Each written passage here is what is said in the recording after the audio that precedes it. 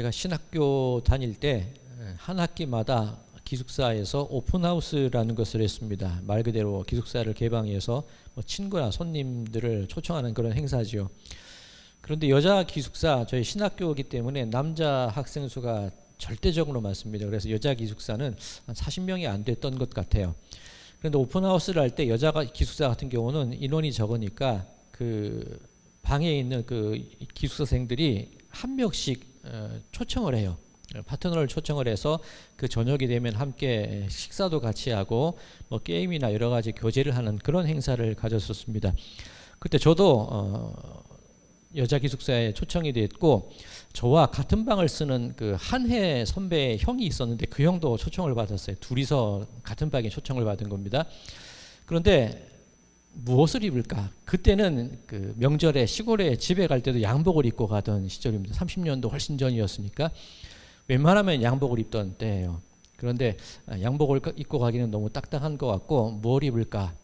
그런데 그 형이랑 여자 기숙사 오픈하우스에 초청받기 전에 그 형이랑 같이 갔던 곳이 있는데 이 창고 대개방, 폐업 정리, 그곳을 한번 갔었습니다. 옷이 싸니까.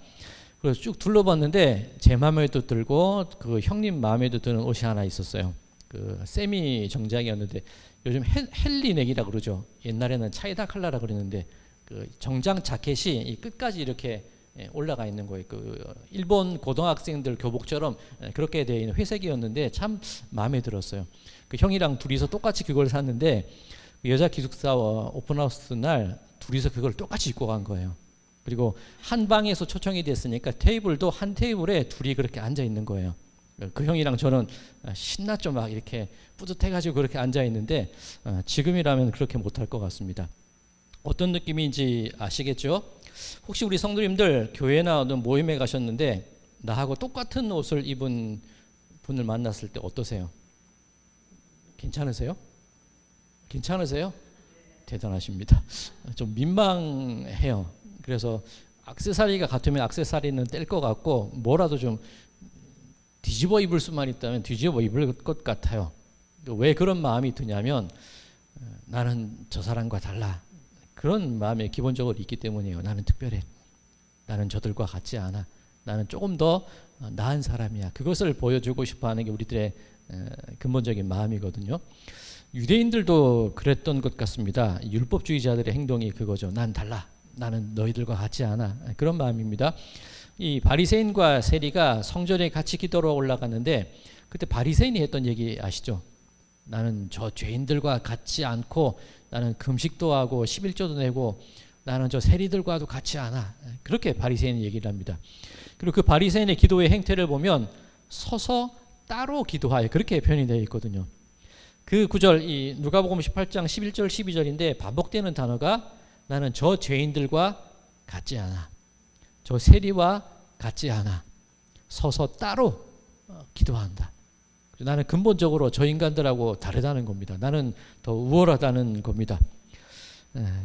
유대인들이 그렇게 자신의 다름을 나타내는 몇 가지 방법이 있었는데 안식일을 잘 지키는 것, 그리고 할례 받은 것, 그리고 금식을 할 때 티나게 금식을 해요. 사람들 앞에서 초췌하게 옷을 입고 티나게 금식을 하고 기도할 때도 광장에 나가서 소리 지르면서 기도하던 것이 유대인들의 모습입니다.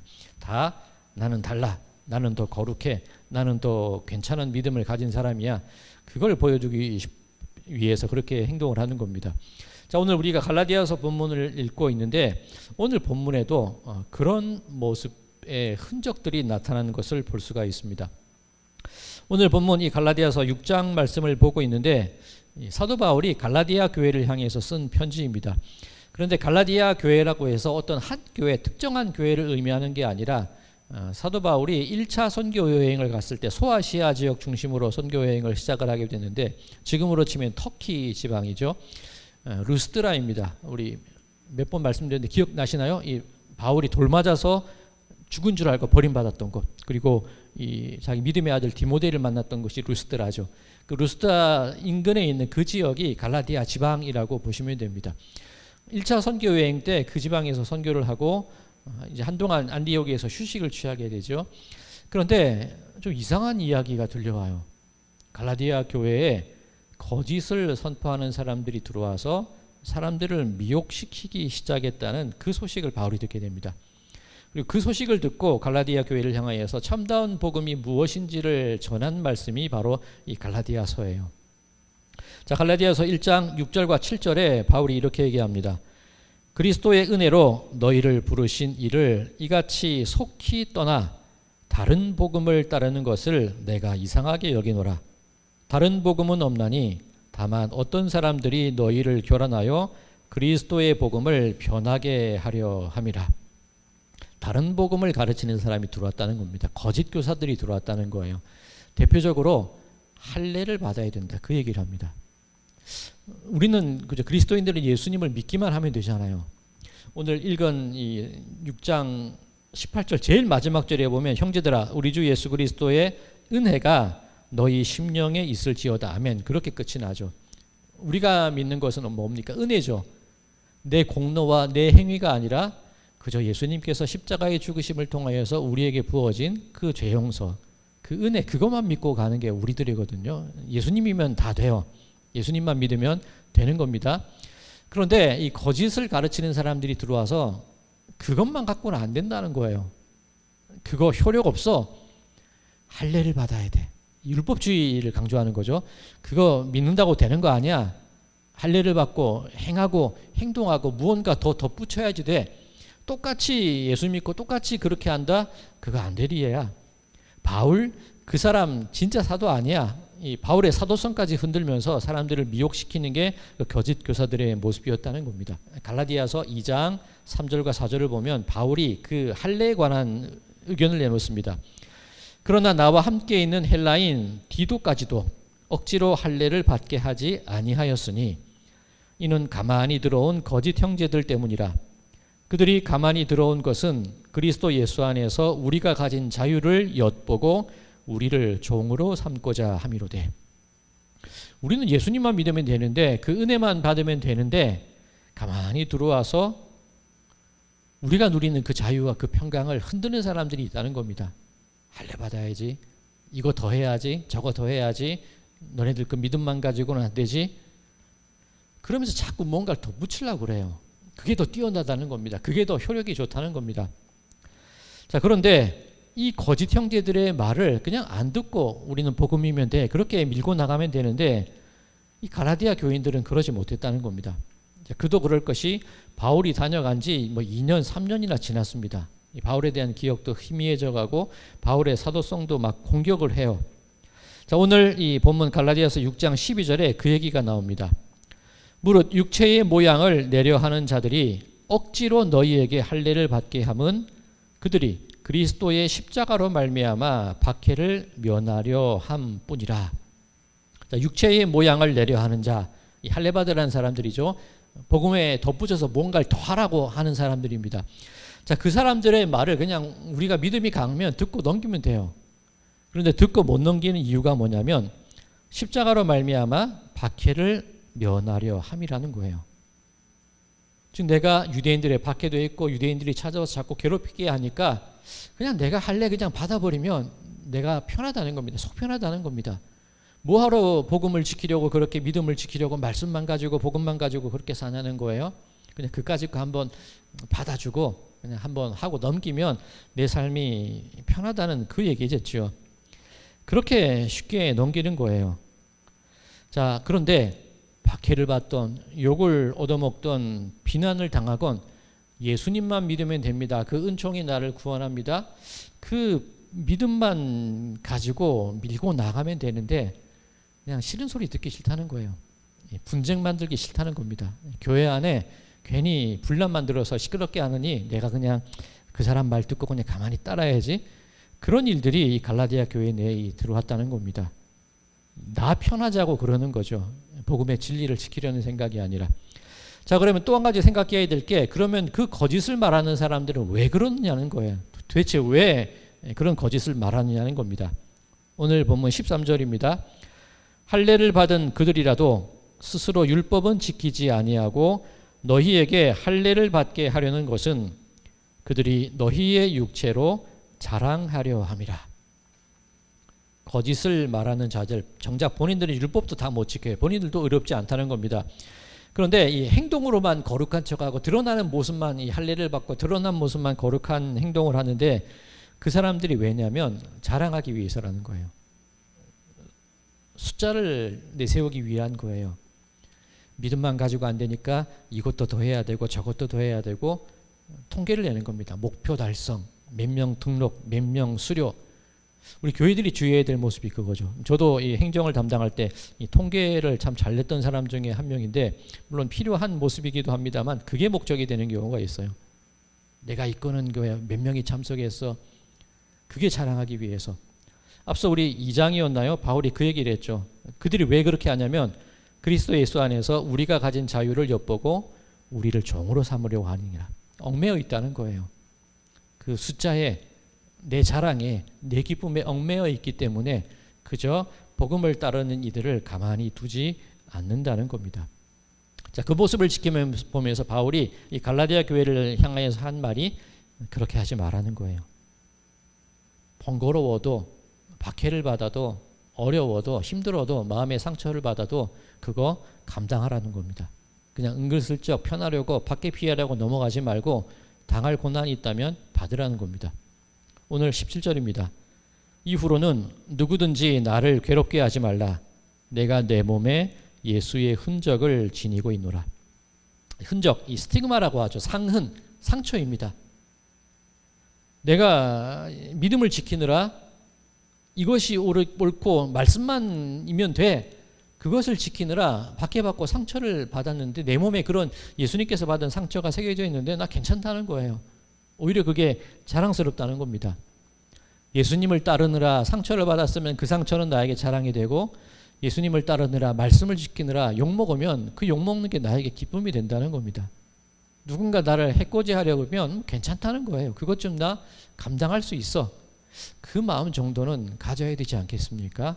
바울의 권면이 그겁니다. 오늘 설교를 시작할 때 이 어느 선배와 같은 옷을 입었던 말씀을 드렸습니다. 우리는 달라 보이고 싶어 하죠. 자꾸 무언가 더 하고 싶어 하죠. 덧붙여야 되고 복음만 가지고는 부족한 것 같고 그게 효과가 있을까? 이것도 더 해보고 저것도 해보고 그러면서 그렇게 나온 것들을 자랑해요. 나 이거 수료했고 어디 갔다 왔고 무슨 거를 이수했고 그게 자랑거리가 되는 거예요. 그 전에 말씀이 그 말씀을 지키느라 얻은 상처와 아픔이 그것이 내 기쁨이 되어야 되는데 그것을 못 견디는 거예요. 자, 하나님께서 우리 인간을 창조하실 때 어떻게 창조하셨는지 창세기 1장 27절 이렇게 증거하고 있습니다. 하나님이 자기 형상 곧 하나님의 형상대로 사람을 창조하시되 남자와 여자를 창조하시고 누구 형상? 자기 형상 곧 하나님의 형상대로. 달리 말하면 하나님과 똑같이 만드셨다는 거예요. 그죠? 당신이 입은 옷과 하는 행동과 똑같이 우리를 만들어 놓으셨다는 거예요. 그런데 우리는 달라지고 싶어요. 마귀가 와서 유혹하죠. 저 먹지 말라고 한 저 열매를 먹으면 너희 눈이 밝아져서 하나님과 같아질 거야? 아니 이미 같아요. 그죠? 하나님께서는 다스리는 권세도 주셨고 당신의 형상도 주셨고 부족함 없이 다 주셨어요. 이미 하나님과 같은 삶을 영위하도록 똑같지는 않겠지만 그 수준의 삶을 살 수 있도록 이미 다 해놓으셨어요. 근데 마귀가 유혹하는 거는 괜히 같아진 것 같지만 오히려 그것으로 사람을 멀어지게 만드는 거예요. 아담아 네가 어디 있느냐 물었을 때 아담이 자기가 벗었음을 알고 두려워서 숨었나이다 그렇게 얘기합니다. 벗었음을 알았으면 부끄러워서 숨어야지 왜 두려워서 숨어요? 이전에는 하나님과 같을 때는 이 벗고 있는 모습이 전혀 문제가 안 됐다는 거죠. 그런데 다른 게 보이기 시작하는 겁니다. 그죠? 달라. 더 가려야 되고 숨겨야 되고 그 모습과는 달라야 되고 자꾸 달라지려는 것이 인간의 모습이 되어버렸다는 겁니다. 자, 어느 분에 관한 말씀을 드릴 건데 그분을 비하하려는 의도는 아닙니다.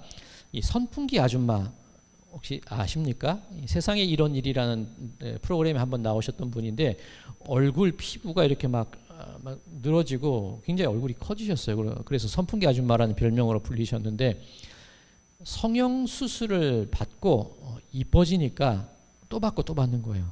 그런데 금전적인 부담이 되니까 불법 시술을 받다가 결국에는 콩기름, 파라핀을 자기 스스로 얼굴에 주사를 하기 시작했죠.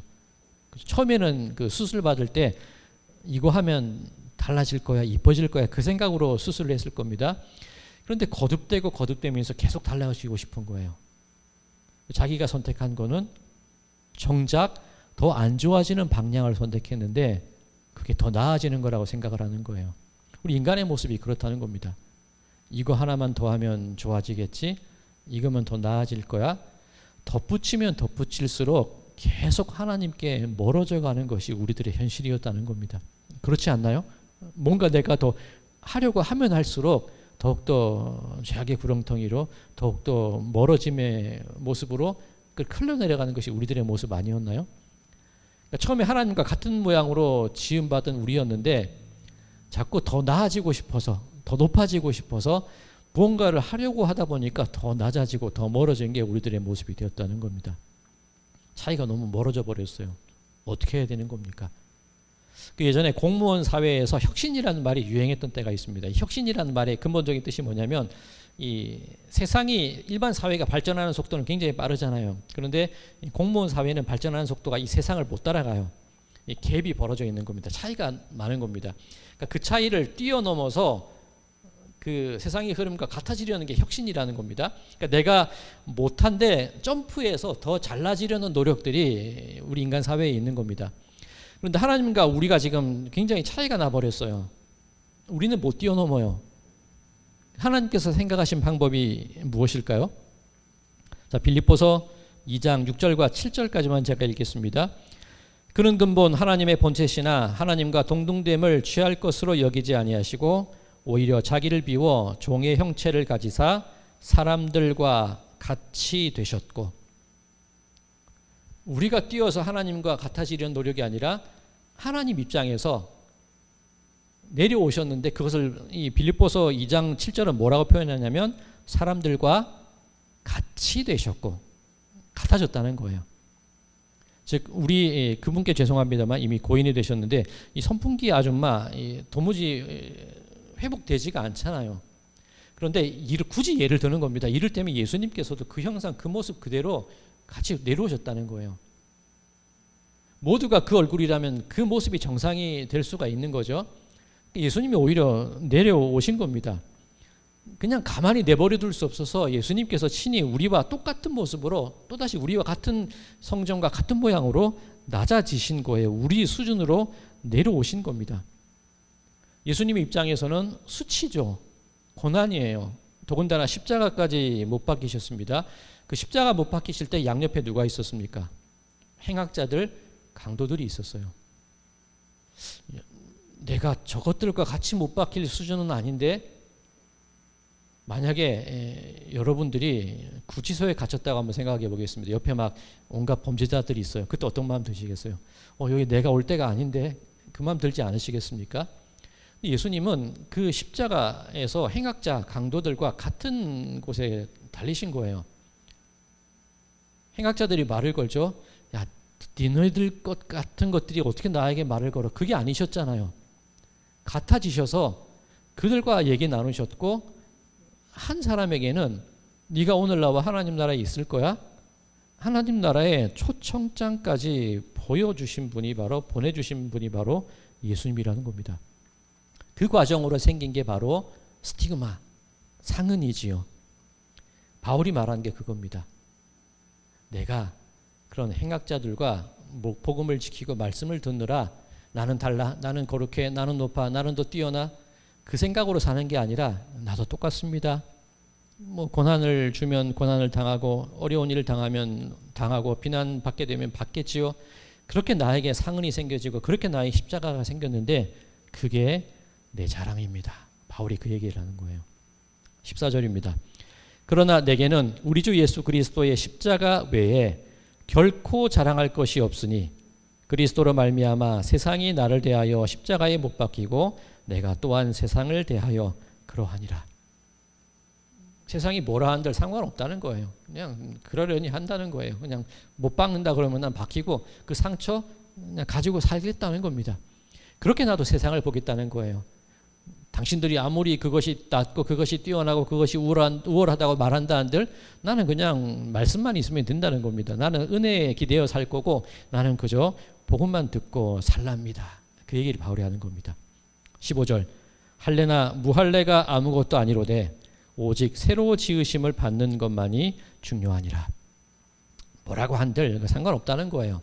새로 지으심을 받는 것만이 중요합니다. 우리 몇 주 전에 우리 시편 51편 한번 살펴봤는데 다윗이 고백한 것 중에 주여 정한 영을 창조하소서, 내 속에 정한 영을 창조하소서, 주의 성령을 내게서 떠나게 하지 마소서. 바울의 다윗의 기도지 않았습니까? 다윗의 찬양이었습니다. 뭡니까? 나 성령과 같아질래요. 성령님 나와 같이 계셔 주세요. 그 마음이잖아요. 새로 지으심을 받는 것만이 중요하니라. 세상이 뭐라고 한들 상관없어. 나는 예수님과 성령님과 그 은혜와 그 복음에 푹 젖어서 그렇게 누려서 살아가면 그걸로 좋게, 바울이 그 얘기를 하고 있는 겁니다. 자, 이 같은 옷 얘기가 계속 나오는데 똑같은 옷을 입었는데도 부끄럽지 않는 경우가 있습니다. 뭐 운동 경기를 하거나 유니폼을 입고 하는 경우도 그렇겠지만 일상적인 우리들의 삶 속에서 똑같은 옷을 입었는데 부끄럽지 않은 경우가 있어요. 어떤 경우냐면 커플티를 입을 때입니다. 자, 그런데 아무 때나 입으면 되는 게 아니라 제가 오늘 또 질문을 드리는데, 권사님 지금 만약에 권사님 부부가 커플티 입고 똑같은 옷 입고 다니라 그러면 그렇게 다니시겠어요? 그죠? 저도 안 다녀요. 왜 그렇죠? 남사시럽잖아요. 그런데 그 커플티를 입던 때가 분명히 있어요. 언제냐면 막 연애 시작하고 머리에서 막 도파민이 막 생성되기 시작하고 사랑에 눈이 멀어가지고 세상 사람들 뭐라 그러는 거 아무것도 안 보일 때, 그때는 커플티 입고 다녀요. 딴 사람들이 보기엔 저것들 뭐 하나 싶죠. 그런데 그 둘에게는 그저 행복이에요. 같은 옷 입고 있다는 그 사실만으로도 좋은 거예요. 남의 눈 시선이 안 되는 거예요. 사랑에 눈 멀면 같은 옷 입어도 괜찮은 거예요. 하나님이 그러신 거 아니에요? 우리 형상대로 만들자. 왜 만든 거예요? 사랑에 눈 멀면, 우리한테 사랑에 눈 멀면 같은 옷 입히시는 거예요. 우리가 저 낮아졌어요. 몹쓸 죄인들이 되어버렸어요. 사랑에 눈 멀면 예수님께서 우리와 똑같이 되시는 거예요. 같은 옷 입어주시는 거예요. 그게 바로 예수님의 사랑이시라는 겁니다. 자, 사랑하는 성도 여러분들, 복음이면 됩니다. 말씀이면 되고 은혜면 됩니다. 자꾸 다른 거 더 하려고 하지 마십시오. 야, 이거 특별한 얘기가 있어 막 기웃거리다 보면 거기서 사이비에 빠지고 거기서 우리의 믿음의 길을 잃어버리는 겁니다. 그저 예수님, 그저 말씀, 그저 복음. 상처받으면 어떻습니까? 두려워하지 마시자고요. 예수를 통하여 받은 상처, 그게 자랑이에요. 예수님 믿다가 복음 따르다가 말씀 따르다가 누가 비난당하면 그게 오히려 나에게 그 흔적이 남는 게 기쁨이라는 거예요. 말씀대로 살아가다가 뭐 다치는 일이 있고 아픈 일이 생기고 그런 문제가 생기면 그거 굳이 피할 필요 없다는 거예요. 그 상처가, 그 스티그마가, 예수님의 그 상흔이 나에게 깊게 새겨지는 것, 내가 예수님과 똑같아질 수 있는 방법이 그거밖에 더 있겠습니까? 십자가대로 살아가는 것. 그렇게 나는 너와 달라, 니까짓게 어디 나랑 말을 섞어, 그 마음이 아니라 우리들도 그들과 같아지려는 마음, 그게 믿는 사람들의 마음이어야 될 겁니다. 똑같이 해줘야지, 그 마음이 아닌 거 아시죠? 니까짓게 그 무시하고 멸시하는 게 아니라 기꺼이 그 자리에까지 함께 있어주는 것, 그게 바로 오늘 우리들이, 믿음을 가진 사람들이 지녀야 될 모습이라는 겁니다. 자, 그렇게 우리 18절 제가 한 번 더 읽을게요. 형제들아, 우리 주 예수 그리스도의 은혜가 너희 심령에 있을지어다. 아멘. 그 은혜가 여러분들의 마음 가운데 깊숙이 자리 잡음을 통하여서 그 똑같은 은혜로, 그 똑같은 사랑의 눈먼 모습으로 그렇게 세상을 꺼려지는 이들조차 함께 안으시고 그 자리로 들어가서 그들의 영혼까지도 얻어내시는 그런 모든 분들이 되시기를 주님의 이름으로 간절히 축원드립니다.